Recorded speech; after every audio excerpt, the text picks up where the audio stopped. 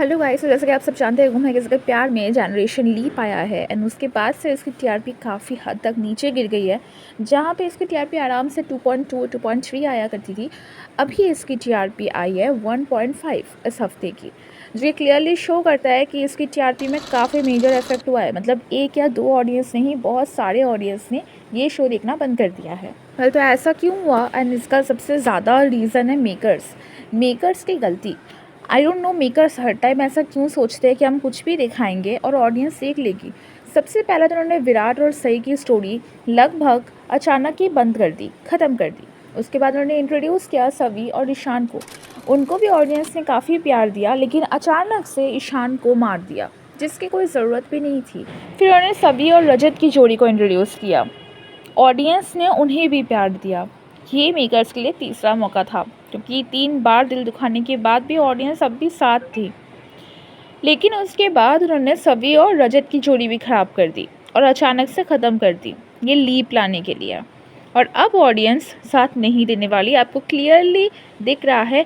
कम से कम 1.0 की TRP down हो चुकी है। कहाँ इस शो की 2.3 2.4 ऐसी टीआरपी आती थी, 2.2, और अब कहाँ 1.5 टीआरपी आ रही है। और ये इतना ज़्यादा डेंजरस इसलिए है क्योंकि ये फर्स्ट वीक था। अगर आप एक नया सीरियल स्टार्ट कर रहे हो या फिर लीप ला रहे हो या फिर कुछ भी नया सीज़न, तो ये बहुत ही ऑब्वियस है कि फ़र्स्ट वीक में उसकी टीआरपी अच्छी रहती है, क्योंकि ऑडियंस यूजुअली नए सीरियल्स को देखती है फर्स्ट वीक में, समझने की कोशिश करती है कि क्या ये स्टोरी अच्छी है या नहीं। पर अगर फर्स्ट वीक में ही आपकी ऐसी गंदी सी टीआरपी आ जाए, तो आप आगे क्या ही एक्सपेक्ट करोगे? या तो सेम रहेगी या तो इससे कम रहेगी। अब अचानक से ज़्यादा तो नहीं हो जाएगी। मैंने ये मेकर्स की गलती वाला पॉइंट झनक सीरियल और कुंडली भाग्य सीरियल के टाइम भी कहा था कि कैसे मेकर्स हर टाइम ऑडियंस को इतना फॉर ग्रांटेड ले लेती है कि ऑडियंस को भाव ही नहीं देती और वो कुछ भी दिखाते रहते हैं, और ऑडियंस एक टाइम में बोर होकर उनका सीरियल देखना बंद कर देते हैं, जिसकी वजह से ऑब्वियसली टीआरपी इफेक्ट करती है। कुंडली भाग्य में विलेंस की सच्चाई कभी आती ही नहीं थी सामने।